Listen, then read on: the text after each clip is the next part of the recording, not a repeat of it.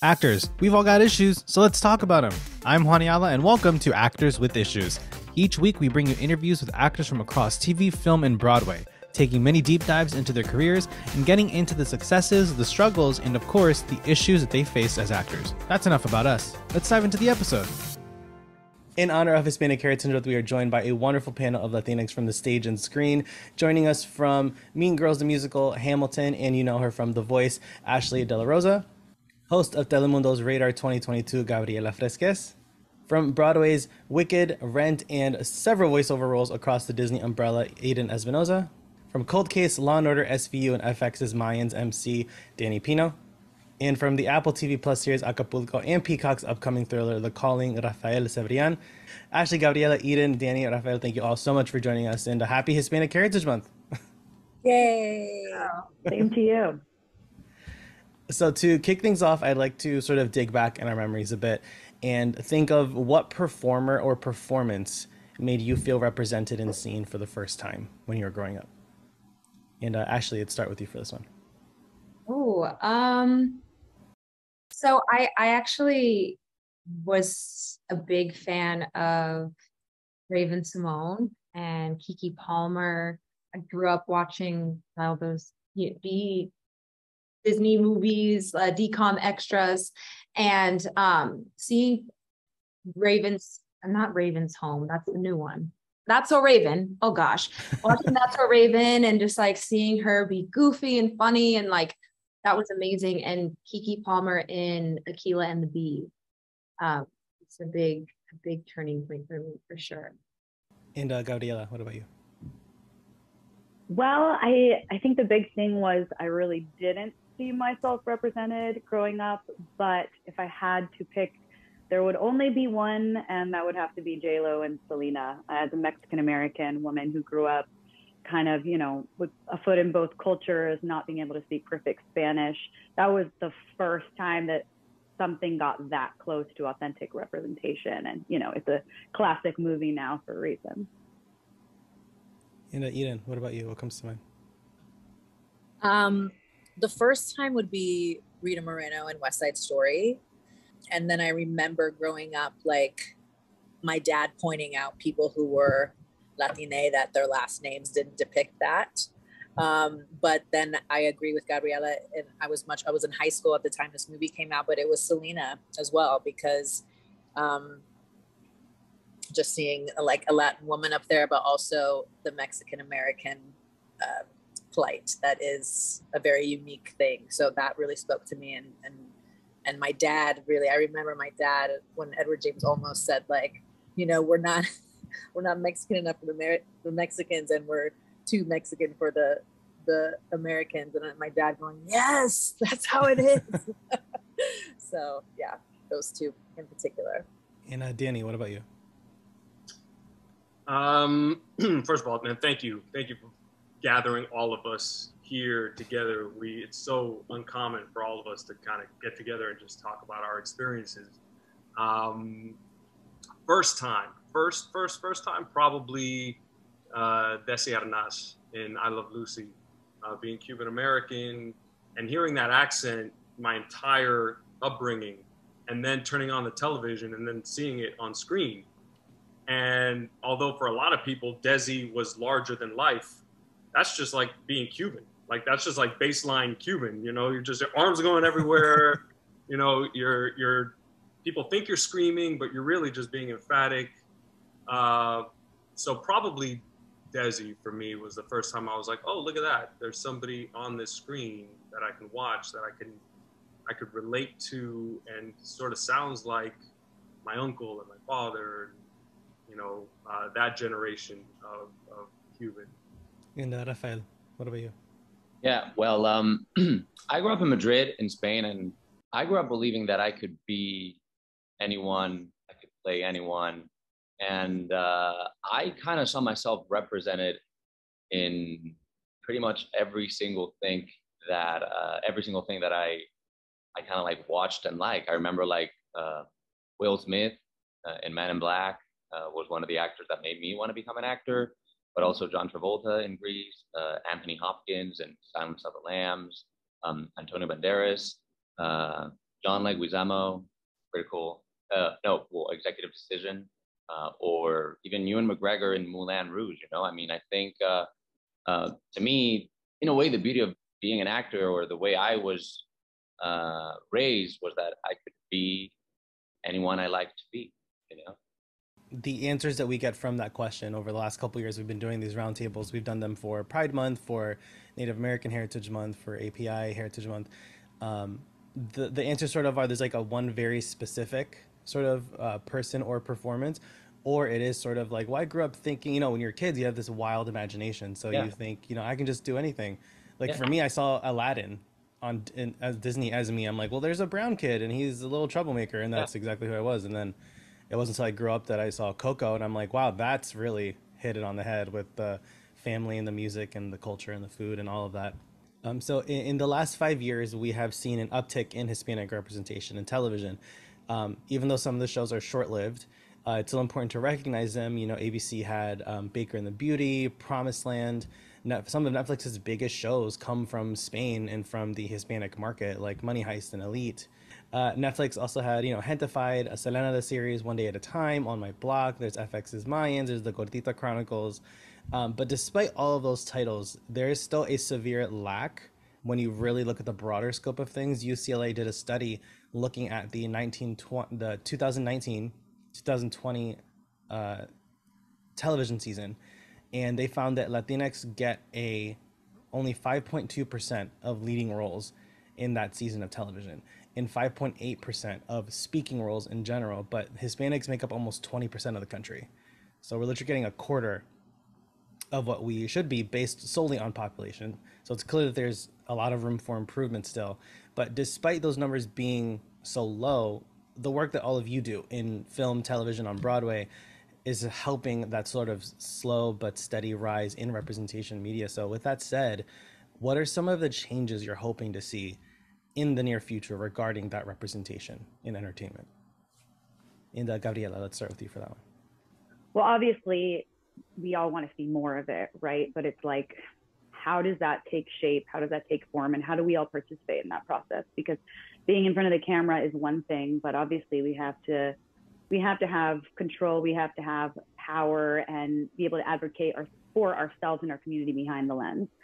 And, I jokingly say that Hispanic Heritage Month is the month where all of our streaming services push to the forefront all the Latino series they ever canceled.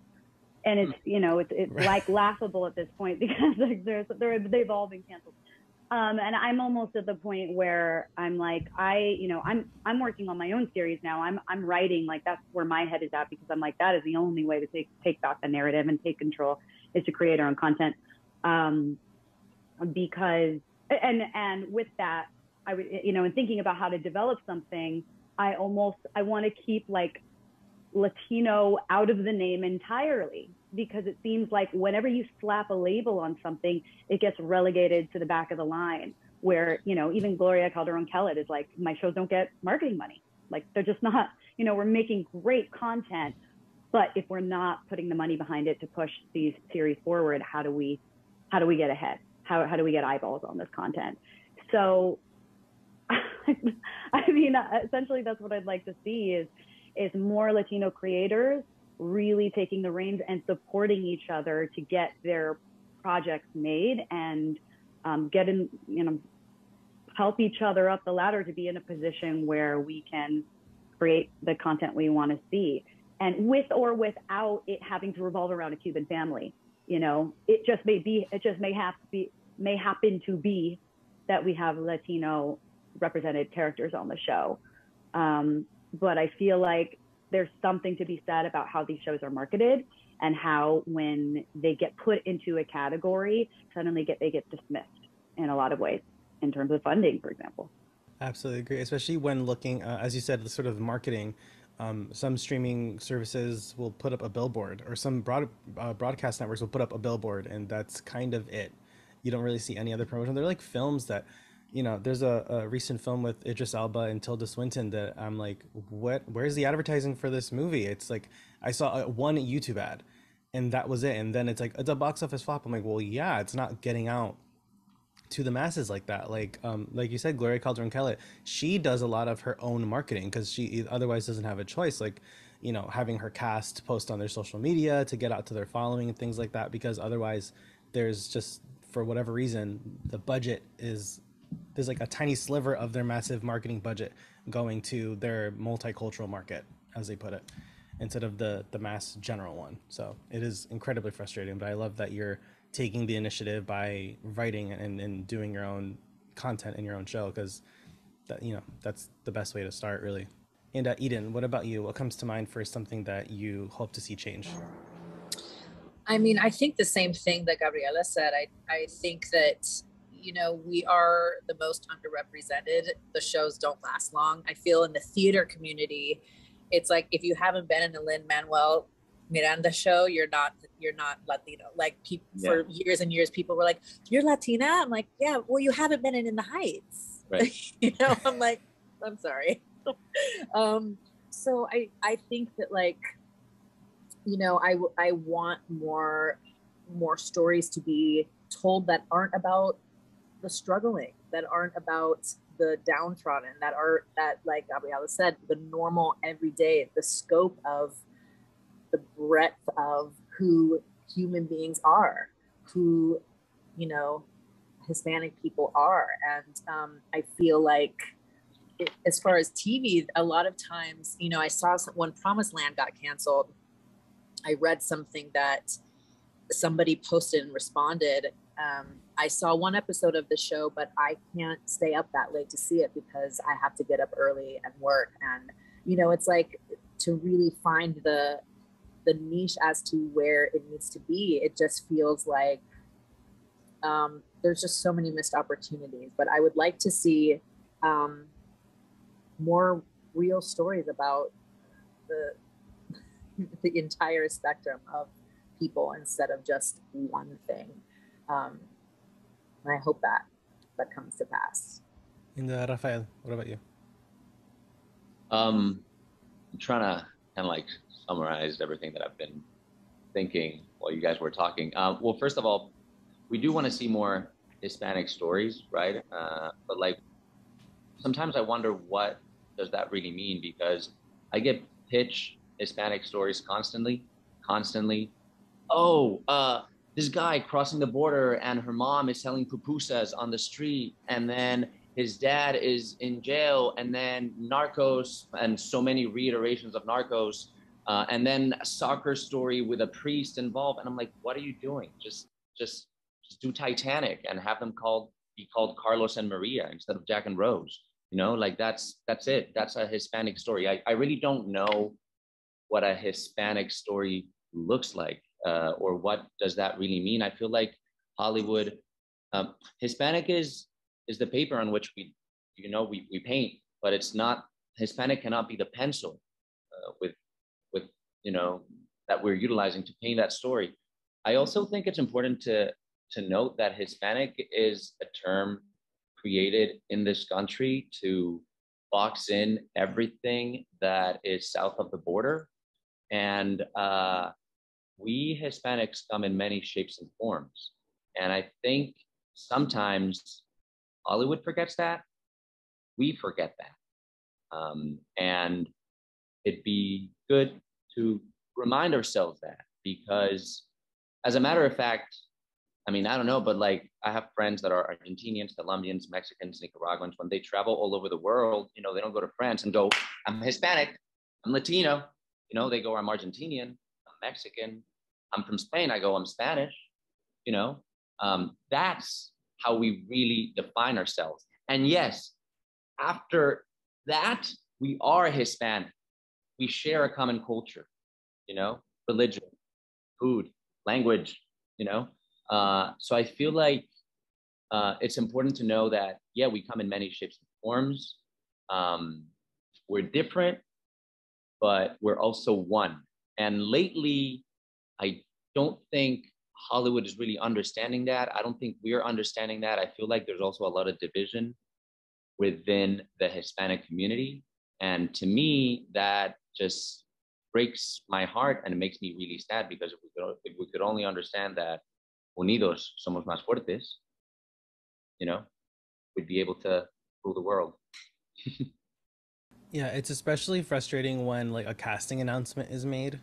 Like with West Side Story, when Rachel Zegler was cast as Maria, people were like, "She's not even Puerto Rican." It's like, well, guys, this is a win. This is like the one of like 3 Latin musicals we have that, of course, we got In the Heights and West Side Story in the same year, both of which were incredible. But like, you know, when people get so specific about that, I'm like, am I only allowed to play Salvadorian bisexual characters? Because I'm never gonna work if that's the case. You know, if we get so specific, that sort of, like you said, that division within our community can. Yeah.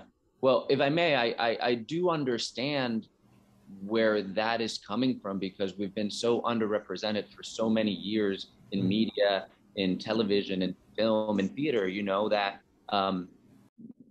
we weren't getting jobs just because of the color of our skin, just because of our culture, because of our names, our last names. And it's good that there's been a change into correcting that. In my opinion, the spectrum has overcorrected to a point where like we're missing common sense and humanity. And instead of focusing whether Rachel Zegler is playing Maria, why don't we focus on what are the parts that Hispanics get to play, instead of who gets to play those parts? You know what I mean? Like, she's not playing a prostitute, a drug lord. No, she's playing a beautiful character, you know, that I guess it's not what stereotypical Hollywood wants to shine Hispanics in that light. Does that make any sense? I don't know. I mean, let's be honest, anything was a win after brown-faced Natalie Wood. So the bar was low. Plus, we had a Puerto Rican Selena, so there's that. Yep. Danny, what about you? What's a change that you're hoping to see? Yeah, I agree with what everybody's been saying, man. I've been nodding, like my neck hurts because I'm like, yes, bro, yeah, talk, Rafael, yes, bro. Hold on. You know, I think the metrics that you were talking about, the numbers you're talking about, if I heard them correctly, you said like 5.6 or roughly 5% of leading characters are Latinx. That's curious to me, because, you know, we're more often cast as the sidekick, right? Or the best friend, or the partner detective, but not the lead detective, right?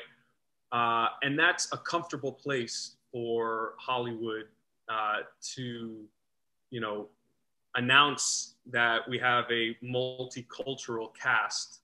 But often I find that the culture blind casting is not evident when it comes to leading characters, and that's in film and television and the stage. I think the stage actually does a better job of it more often than not. There's still a lot of work to do there, but in my experience, that 5% of leading characters, that leading part jumped out at me because I think that's, you know, when you're talking about storytelling, everything is funneled through that character, right? The point of view of the story, the tangential characters are all affected by that. The biggest wake is caused by the decisions and the actions of that character. Oftentimes, you know, the PR function, putting that person on all the posters, on all the materials, you know, giving the interviews on late night television, the person who is pushed ahead is that leading character. And far too often, that's not us, right? And it's not that we're not capable of doing that. It's that, you know, like Gabriela was talking about, there isn't enough of attention being paid on the people who are writing these fantastic shows to make that happen, to have not only those shows get greenlit and made, but also to have the leading characters then be promoted and pushed forward and get all of the flowers that all of these other leading characters, these leading actors get, right? But I'm going to add on to what Gabriela was saying. It's not only, and I think we have a number of fantastic writers and producers and showrunners who are capable and out there pitching every day. The other component is who those gatekeepers are, right? Who are the people making those decisions, those producers, those executive producers, the heads of studios and networks who are saying, you know, we're gonna go with this show and not this show, right? We're gonna give this show a second season, even though maybe it hasn't quite found its footing, but in the past, there have been multiple shows that it took a few seasons before they really blew up. But, you know, they oftentimes don't have the patience for certain shows, and they show a lot more patience on other shows. So I think oftentimes it's about getting people in those positions, those people who are, you know, the decision makers, who understand that our voices have not been amplified and have not been celebrated and have not been promoted in the way that maybe other voices have. And Ashley, what about you? What change do you want to see? I fully agree with what everyone was saying. I think the two things that it boiled down to are nuance in storytelling and front-facing representation. What Danny was saying. I mean, I don't want to beat a dead horse. I agree. So I want to dive in a bit into sort of your individual projects. So Danny, with Mayans, you're part of one of the few broadcast or cable series that has a nearly all Latinx cast. And it was announced this summer that season 5 of Mayans is upon us. And for season 4, you got to step into the director's chair for an episode. So what was that experience like? And what are you looking forward to the most for season 5 and for the series going forward? Man, I'm so incredibly excited about season 5. So grateful for season 4 and for the 4 seasons we've had. In much the same spirit that Gabriela was talking about. I've always been curious about directing. I co-wrote a couple of cold cases. So I've always wanted to sort of see how the sausage was made, right? I wanted to kind of get my hands dirty because at some point, I think it's not only my passion to do it, but I feel like at a certain point, it is kind of my responsibility too, to take the things that I've learned and infuse some of that back into our industry, right? And so I've had the privilege of shadowing multiple directors on multiple shows I've been on, and that generosity of spirit that those directors lent me, I was able to, thankfully, with Elgin James' approval, because there have been multiple times I was like, hey, would you guys mind if I, directed? And it was always kind of met with very polite, yeah, sure. And then it was like, well, maybe next season, and then maybe next season. And I'd see, that I was just getting strung along, and and I was trying to check every box. What do you want me to do? I wasn't just waiting. I was like, okay, so I'll go to the editing booth and I'll spend 3 weeks there, and I'll watch how it's edited. Okay, I'll hang by set even on scenes and days that I'm not called, and I'll just sit on set and watch what the director's doing and ask those questions. And yet, those promises and those conversations never came to fruition. Elgin James on Mayans, when I told him, hey, look, I'm really interested in this, he set up a framework, and I completed that framework. Man, I'm blessed to work with one of the best crews and ensembles in television, bar none. I mean, everybody brings their A game. Everybody understands how lucky we are to be there. Something about Mayans that I love and that I'm excited about is that oftentimes we hear about negative depictions of Latinos, right? And I agree with that. I 100%. I'm one of the first ones to be like, I pass, because I read the script and everybody who is like evil and a criminal, is either Latino or, in some other version of, somebody who is not largely well depicted in Hollywood, and all the heroes are white, right? So I'm like, wait a minute, this is like 2022, and we're still producing this kind of stuff. Those are easy to be like, no thanks. what I think the nuanced conversation is how do we depict characters who may have violent, outlaw, kind of traditional storytelling in the vein of The Godfather, in the vein of, Goodfellas, some of my favorite films and storytelling, ever. How do we tap into that poetic, need to survive? Because everything is catalyzed by the choices that they make, right? And so Mayans, I think, is our attempt to say, okay, not only are we going to be interesting visually, we're going to push the envelope so that our show looks unlike any other show that is depicted in this way, and we're going to do it our way. 2, our characters are so well developed that you'll think in this one episode, this is the worst villain you've ever met. And in the next episode, he or she, you're rooting for that person, right? So the hero becomes the anti-hero, becomes the antagonist, right? Becomes the protagonist. And it's always, it's in that vein of changing that dramatic and comedic masks, right? Back and forth. It's what you really pray for. So having that nuanced conversation of being involved in something that isn't, positive or negative, it's about living in that gray area is what I love about this particular show. And so that's what I'm excited about for season 5. And as, a director, to be able to sit and watch this crew do what they do, and to be blessed with a cast that is always pushing themselves, is always looking at this beautiful Shakespearean writing and pushing it even further. I mean, really, I have the luxury of sitting back and enjoying that.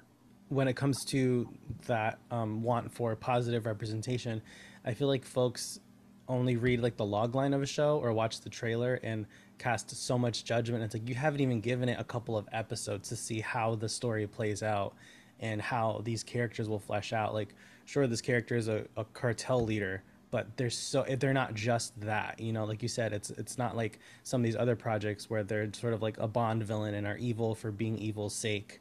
And that's not all what the show is. And I love how it really has, over these 4 seasons so far, really fleshed out these characters' storylines to actually make them relatable. Because so the average person might not think, well, how am I going to relate to a Hispanic biker who's part of a biker gang? But there's so much more than that. And I love how broadened the scope has become on the show and on the storylines. It's really been wonderful to see. Thank you, man. And just to say one last thing, positivity, having positive depictions, I think is important. But what I feel that we should be striving for is parity. Not only having positive depictions, right? Certainly not having those negative stereotypes ever again. I mean, that's so tired and boring and, quite frankly, lazy writing that we can flush those. What we need to strive for is that parity so that we can play any character, just like Rafael was saying. And going over to the theater side of things, so as we know in musical theater, as we talked about, roles for Latinx and Hispanics can be a little scarce. Nearly every Latinx actor I've interviewed has done West Side Story at some point in their career, whether it was in school or professionally. So Eden, you were one of the few Latinas to portray Elphaba in Wicked, and Ashley, for you, you played the role of Regina George in Mean Girls the Musical, which in the film, in the original Broadway cast, is a white blonde woman. So for both of you, what goes through your head when you hear that you're sort of like the first or among the few to portray these types of roles that have predominantly been played by white actresses? Honestly, I had a sort of, I wanted to go back to the very beginning with what Rafael was saying, and also what you said, Juan, about kind of growing up and seeing characters and relating more to who they are as a person rather than their culture or their background.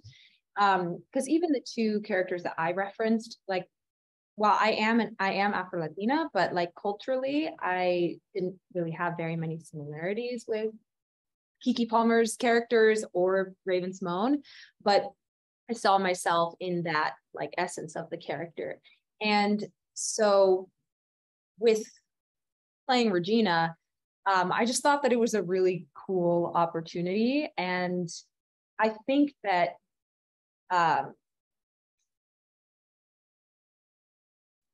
while it is amazing to be someone who can open the door for for traditionally white characters to be seen as something else, I tried really hard to make sure that the conversation was never really focused on the first of anything, and to making that being like making the first be the most important and incredible thing about playing this character, because I do think that a lot of people, particularly when it comes to press and when it comes to producers and shows and people who make money off of us, of course, that's something that's really exciting for them. It's something that brings more people to the stage and beefs up the bottom line, which is great for them, but they're not out there at the stage door interacting with young people who can now see themselves in this role. And that was more of what I was excited about. And but I always tried really, really hard to, whoever I spoke with, especially if that was someone who wanted to get into the industry or wanted to play Regina or a role that was traditionally not a person of color, I tried really, really hard to focus on the importance of the process and less on the outcome and less on the accolade and less, because if you ride that train, in my opinion, to me, it's really, really hard not to become a pawn in that, because when you have people telling you, the people who make money off of you saying, well, you're the first of this, and we're going to do this with you and this with you and this with you, then it's hard to make space for the second and the third and the fourth and the fifth, because you're holding on to being the first. And I've seen that happen to a few people, and it's tough, because I like the reason why they're going into doing something like this has been completely washed away, because you have other people kind of talking in your ear, and almost like it's like 90% of the time they're old white guys, so it's like, I'm not going to listen to you. You're going to, to have me betray like my better instincts. So yeah, that's kind of a roundabout answer, but I think it's important to say. Yeah, absolutely. And I think that, when looking at, because as you're saying before, like you don't want to hold on to being the first so long that then there is no second or third, that you become the first and the only.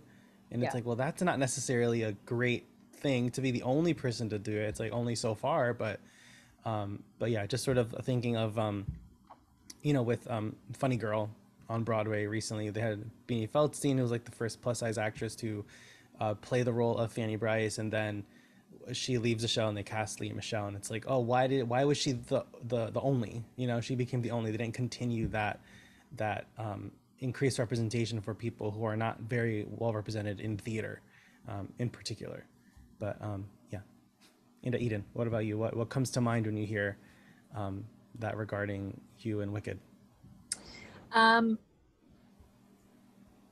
wasn't a thing until 2020. It wasn't for me anyway. I was asked, the whole reckoning happened, and I was all of a sudden being given the title, you were the first woman of color to play Elphaba.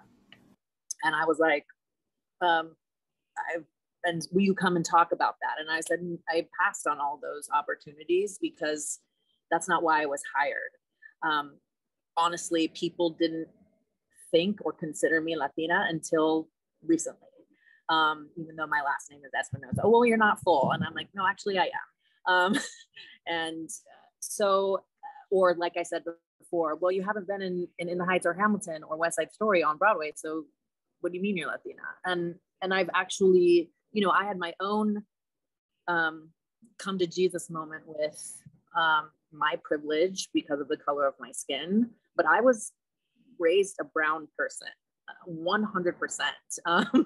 So I've had my own process with my place in the theater community, and not looking a certain way enough for roles that I relate to in my spirit, and passing on roles that I haven't had this lived experience as a Latina and I don't belong in this space, and recognizing that they want me there because of my resume. And so I'm still, I don't, as far as Alphabet is concerned, you know, I think they could afford to have more people of color in a role that is completely around this person's experience by living with the color of their skin. But as far as me being, you know, the first Latina Alphabet, it never even occurred to me because it wasn't a thing until the pandemic. So, yeah, I have,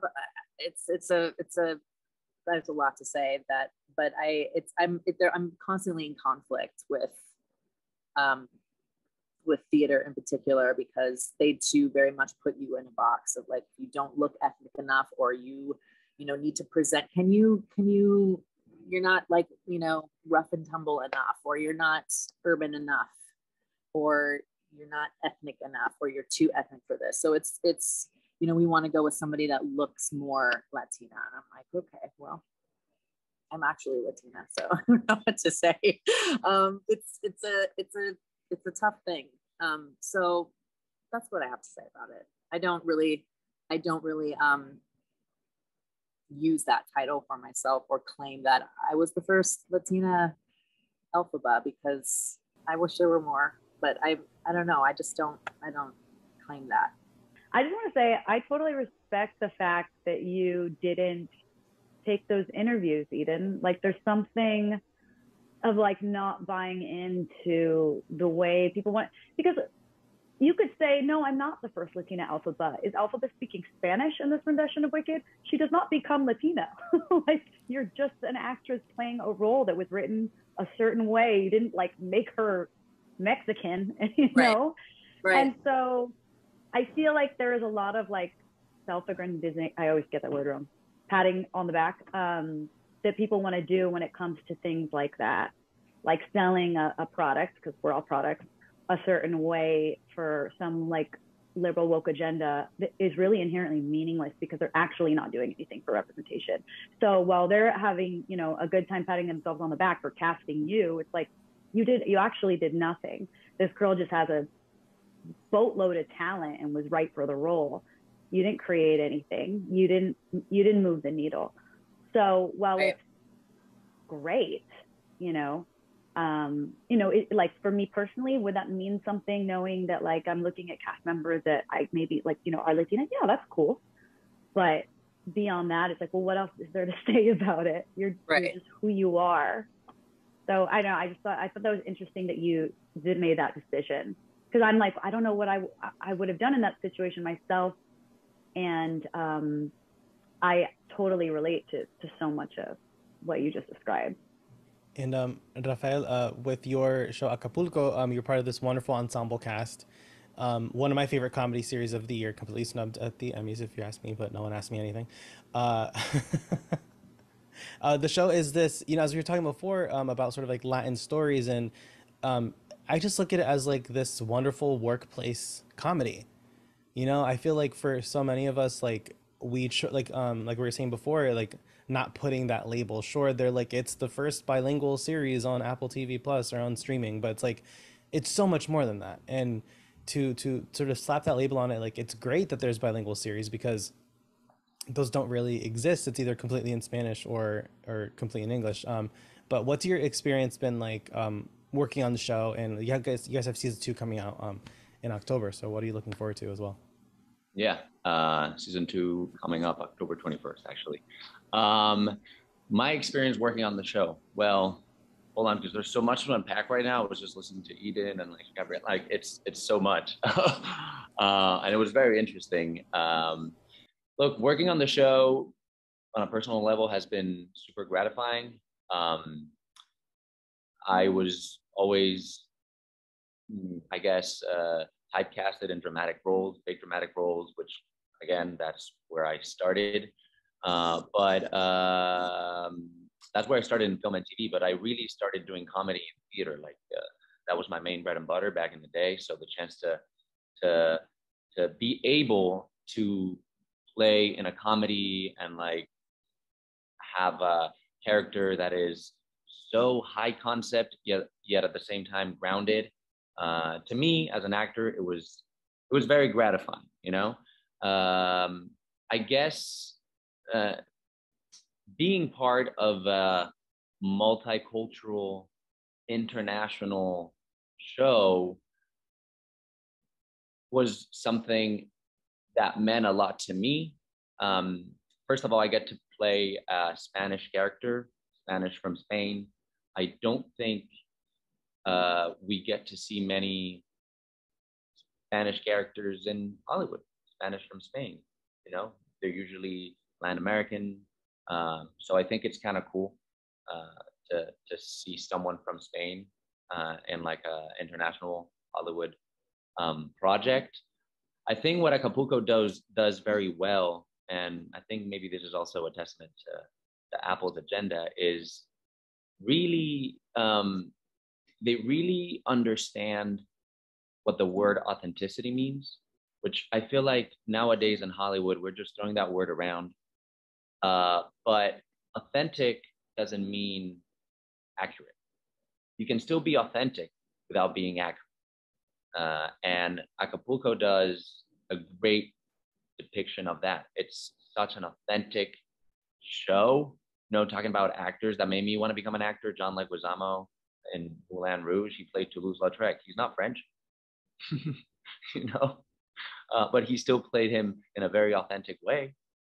And I feel like the world that Acapulco has created and portrays, it's so authentic that it just rings a bell in me, and it really echoes in me. I feel like it's such a local story. And the fact that it's so specific makes it so universal at the same time. It's a story of success. And yeah, every single character is Hispanic. Yeah. Awesome. Well, I can't wait. So for those watching, listening, October 21st, season 2 on Apple TV Plus. Yeah. And Gabriela, so as a journalist and the host of your own show on for Telemundo Radar 2021, I'm curious, what have you learned the most about sort of connecting with the Latin audience? Because I feel like we're such a tricky group of people because we're multi-generational households, are multilingual and all of that. So what would you say is like one of the biggest lessons learned or one of the biggest challenges in creating your show? I've learned not to use the word Latinx ever again. Infuriates people, very divisive. But no, seriously, it's a great question. I guess what I've learned is just, I mean, it's something I knew, but it takes a while to really fully appreciate just the diversity of our cultures. I mean, working on the show has opened up my eyes to just understanding the vastness of our communities. And I can't even say community, it's like communities. And and gaining a better understanding of like the nuances among our cultures. Because first of all, you have, you know, our targeted audience, which is a bicultural US-based bilingual audience. That's its own thing. That's one entity. And then you have people who actually are from Latin America or currently live there. You have people who, you know, oscillate between both, people that grew up literally in both countries, speak perfect in both languages, or I think they call them like 200%ers, right?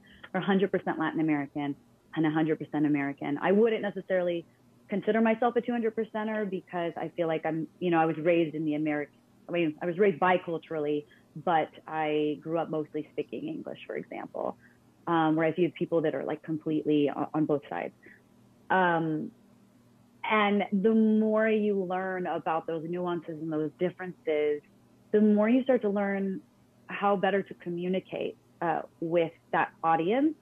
And also, like I worked in like the political arena as well somewhat. And I now have a deeper understanding of why the messaging to our communities by our leaders has been so horrible. Because it's rooted in such a lack of understanding of the nuances of our community. I mean, I'm sitting here as a Mexican American woman who grew up bicultural, and I still have so much to learn. I'm living in Miami now, and it's funny you brought up Desi Arnaz, Danny, because I'm like, when I grew up watching I Love Lucy, I thought he was such a stereotype, and now that I've spent time around Cuban people, I was like, oh no, that's a Cuban man right there. But I didn't know that growing up. Like I didn't have a full scope. I grew up in Southern California, and it's just really opened my eyes to a deeper understanding, appreciation of how diverse we are. So, again, people love to use the word like monolith. I hate saying that word. I feel like we hear it too much. So when people talk about, not treating us as a monolith, I mean, that's what we're talking about, right? And that goes across whether we're talking about the narratives that we see in our news, whether we're talking about the narratives in our art. It's why we need that authenticity. I was actually going to ask you, Rafael, what percentage of your writers are Hispanic? I would say 90%. Okay, I mean, it shows, Yeah, 95% or It shows. And even, sorry, our showrunners, Chris Harris and Austin Winsberg, I mean, okay, they're not Hispanic, they surround themselves with Hispanic and Latinx writers, but they do understand the Hispanic experience. Like Chris speaks Spanish, so there is, again, he may not be authentically Hispanic, he's not like accurate Hispanic, but he approaches Hispanic culture in a very authentic way. Mm-hmm. Which I also think it's part of our job as actors and as writers, because if we just let anyone play who they are, then it's the end of imagination, or write about what they know. It's the end. It's the death of imagination. You know what I mean? I think the way they approach the show, they do it in a very authentic, respectable way. Yeah. Or, I mean, on that note, it's like to think that you can, as Hispanic performers, that we can somehow be representative of everyone and everything all the time. Like working on the Telemundo show, it's like I'm one person. I have a Mexican American experience. I'm limited to that experience. It behooves me to do my research, to understand who I'm talking to, and from the perspective of that culture. And as an actor, performing from the perspective of that culture, that is, as you were saying, like, on one aspect, would it be more authentic if Rachel Ziegler was Puerto Rican? Sure, but was she portraying it authentically? It's two different things. Right. Yeah. And she's so brilliant. Oh my God. Yeah. So we are approaching an hour, so I don't want to keep you all for too much longer. So we always wrap up our show with a question in 10 words or less. What advice would you give to a young actor? Oh, the thing that I constantly tell my students is that there's only one of you and no one can do what you do. So take up the space, bring your full authentic self to every room that you're in. Ashley? I was trying to count. I would say, this might be a little over 10 words, but everyone personally comes in with their own baggage and their own story. And the best way to create art is to be in community with one another and respectful of people's perspectives. Awesome. Danny? I was going to try and fit Latinx and monolith in the 10 words. I couldn't figure out how to do it, so I apologize. What I always tell myself is that you are enough. Gabriela?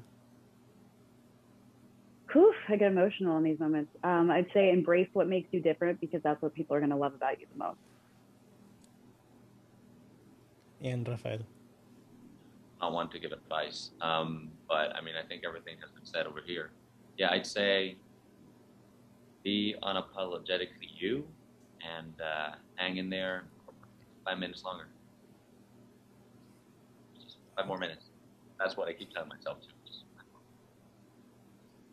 Awesome. Well, everyone, thank you so much for chatting with us and for taking the time to be on the show today.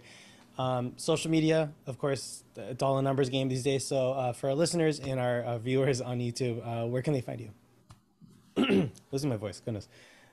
Eden, where can they find you online? Oh, I'm on Instagram at Eden Espinosa. That's pretty much it. Or my website, edenespinosa.com. Ashley? I have a website, ashleydellarosa.com, or you can find me on Instagram at ashdellarosa. And Danny? You can find me on a rerun of Law and Order SVU. On USA. Yeah, it's constantly running.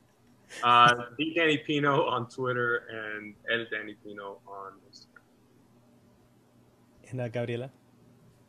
On Instagram and Twitter, Gabby Fresquez, or on YouTube, Raider Telemundo. And Rafael? Yeah, you can find me on Instagram or Twitter as Cebrian Rafael. And folks, you know the drill. You can find us on Instagram, Actors with Issues. Give me a follow at Juan Ayala Official, and you can find our show on YouTube, Spotify, Apple Podcasts, or wherever you get your podcasts every Monday with bonus episodes on Thursdays. Thank you so much to our wonderful panel of guests for joining us today. Happy Hispanic Heritage Month. This is Actors with Issues, and we'll see you next week.